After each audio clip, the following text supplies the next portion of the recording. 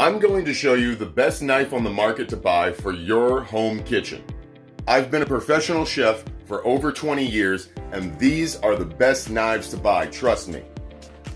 Alright, so I've got an array of knives here, right?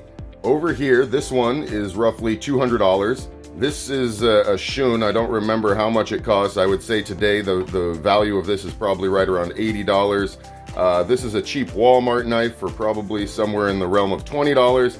And I think this is an Emerald Lagasse, if I'm not mistaken. I have no idea how much that one costs these days. Now take this one right here and throw it away, okay? Unless you're trying to show somebody that you're an amazing person at wasting money, yeah, you do not need a $200 knife, okay? You will never use that. This little guy right here, great knife. One reason it's a great knife, it has a very thin blade. Do you need to spend $80 on a knife? No, get that out of here.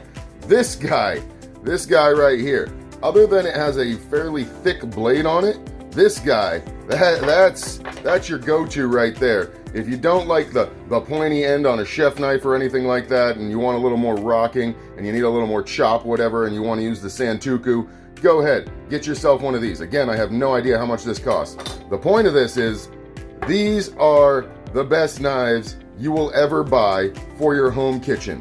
$20 Walmart knife, baby. Try to find one with a nice thin blade. This one's a little thicker than I prefer, but it's not bad.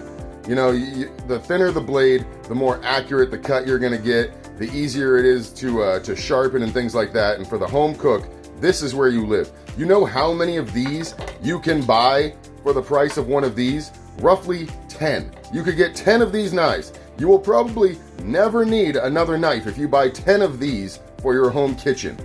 So stop buying all these fancy knives. They don't fucking do anything. For us home cooks, the $20 Walmart knife is king. All right, you don't have to worry about it. You drop it on the floor, who cares? You break the tip off, you go buy another one, you sharpen the shit out of it, you can grind it on your grinding wheel and make it look like a new knife.